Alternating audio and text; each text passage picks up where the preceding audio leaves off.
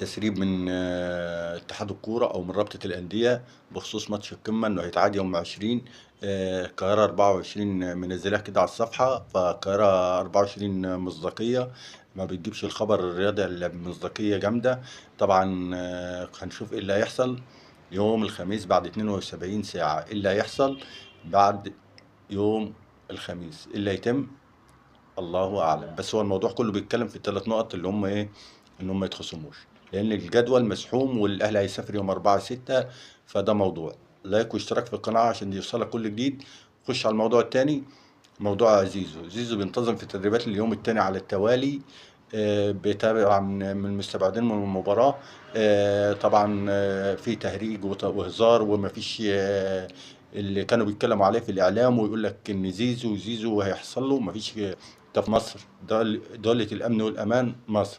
شكرا، وما تنساش الاشتراك.